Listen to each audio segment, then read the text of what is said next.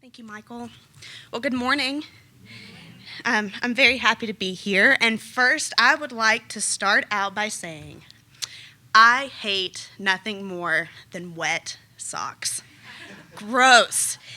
It is absolutely, and there is absolutely nothing worse than getting caught in a torrential downpour on a long walk to class and then having to sit through a 2-hour lecture with wet socks. Just the memory of it makes me feel cold and wet, and there is no amount of coffee that could ever make me feel any more dry or any more warm.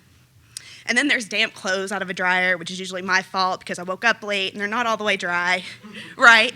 And there's nothing worse than that 30-minute commute to work. My uniform's cold and it's clingy, and all what I can think about is crawling back into my warm, dry bed and curling up in my cozy, dry PJs.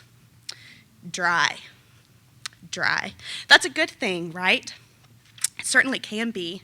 But what about the dry that's not so soothing? A scorching hot desert, going for a 3-mile jog in the blazing summer heat, greatly anticipating a very large bottle of icy cold water when you're finished. Hot and profusely sweating and totally parched, water is the only thing you want in that moment. The sting when you get a splinter in your hand from holding on to an old, dry wooden handrail. The sting and the itch of sunburns and chapped lips. Dry. Dryness can be quite haunting even. You know, when we look outside on a cold and gloomy day in winter, the trees are bare, the leaves are on the ground, they're brown, they're dry. It even can, quite frankly, look quite dead outside. Perhaps you can recall an event or an experience that brought you to your own bitter season of a dry winter. An experience in your lives that have left you feeling quite dry, leaving you thirsting for more. We thirst for healing. We thirst for love. We thirst for God to show up and maybe even wonder if he's even going to. We thirst for joy. We first thirst for all of these things in a drought of heartache. And just maybe this drought has been going on for so long, we're past the point of thirsty.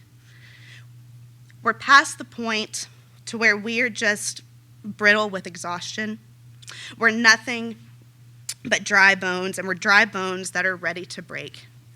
We've given up waiting on God. We've lost hope in anything to quench our thirst. We're past grief. We're past anger. And quite frankly, we feel dead inside. Here in the text, Ezekiel describes a shocking prophetic vision that the Lord brought to him. He brings him to this valley where he is shocked to find a great vast of dry, brittle bones. And in this valley, the Lord tells him that this represents the entire house of Israel. And you know, for a long time, the house of Israel had a reputation for being quite rebellious against God. And in this case, this has resulted in an inevitable destruction of their land. And now Jerusalem has fallen, and the land and the people have been destroyed. What's interesting about these dry bones in this valley is that they don't represent those that have been exiled and that have passed away in this destruction, but they represent the survivors of this exile. Needless to say, these people are experiencing great heartbreak and great despair. They're experiencing hopelessness. We hear these people cry out in verse 11, "Our bones are dried up and hope is gone. We are completely cut off." We hear these people and we listen to them, and what are they completely cut off from? That God is not among them anymore. And in return, they do not have access to him. Even though these people are not literally dead, they sure do feel like it. And all what they can feel is great despair. It was a gloomy Saturday in May, and curled up in a ball and buried in a messy pile of sheets and a thick comforter up to my nose, my eyes slowly fluttered open from the glare coming through my window. I stretched over groggily, and I grabbed my phone and I look at the time, and it's 9:45 a.m. My neck hurts, my back hurts. Truthfully, everything in my body is just sore, and I feel like I've been hit by a Mack truck. I wish I could get up and get the day started, but staying hunkered down in my sheets were much more appealing. Besides, I just can't deal with people today. I have no energy to interact with others, even the ones that I love.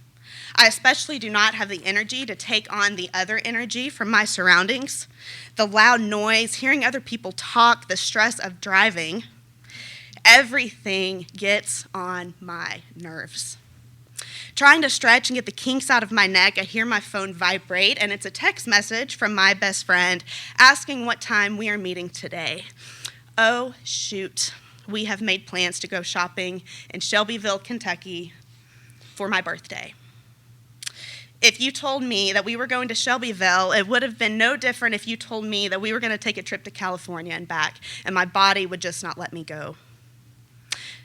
I told her that I can't go, I don't feel good, my body is just not letting me today. I lay my phone down, roll back over in the fetal position, and I fall asleep until noon. I could have slept for 15, 18 hours straight if I let myself. I want to cry. I do cry. And all I can think about is, why am I so sad and why am I so anxious, and do I really have a reason to be? I go back in my mind to past heartaches and failed relationships. What is wrong with me? It must be my fault.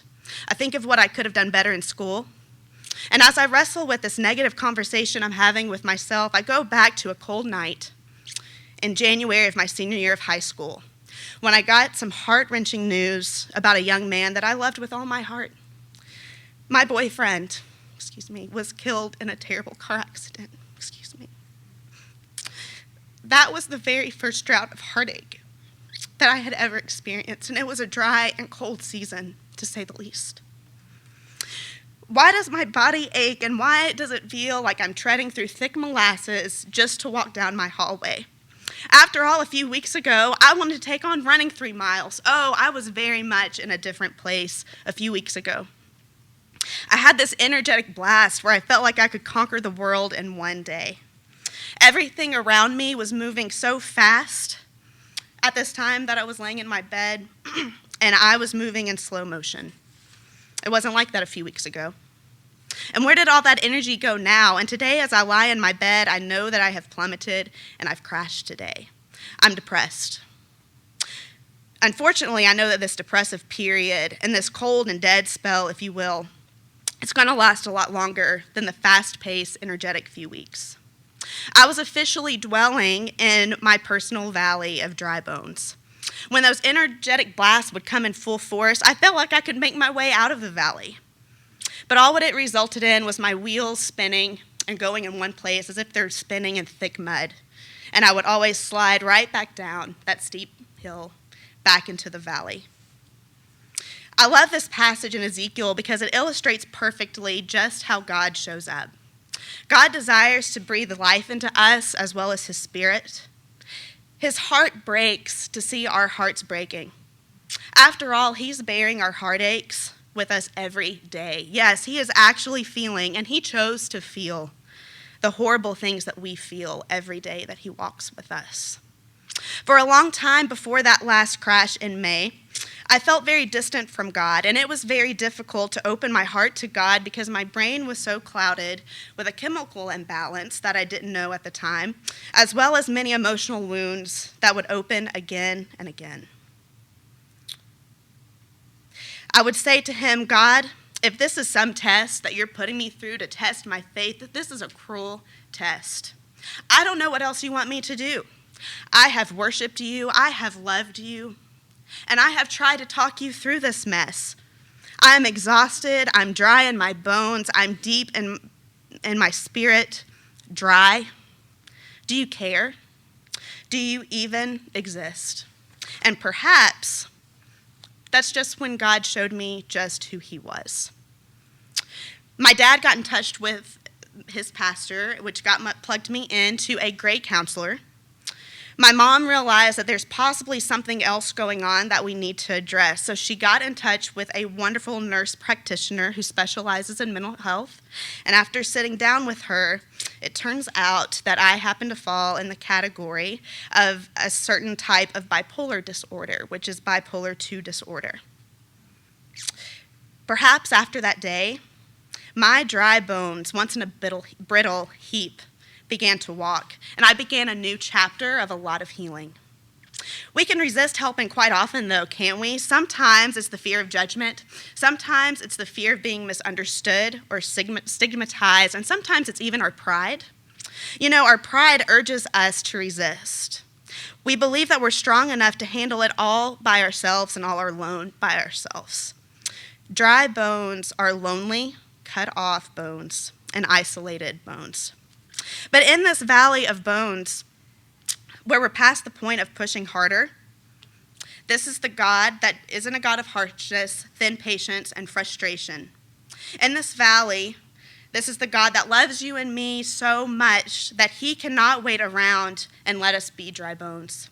This is the Lord of hope. This is the Lord whose heart breaks for his people. And this is where a clean slate and a new leaf is turned over. God will meet you where you let help in. This does not make you weak, dependent, or flawed in character. And in fact, this is where you exercise true character, true strength, and true courage. And God often intervenes through the knowledge and the hearts of these specialists who are here to help you work through it all, no matter what the situation is. Indeed, that is where God has met me, and perhaps even in this valley of dry bones, this is where God is reaching for you too. Amen.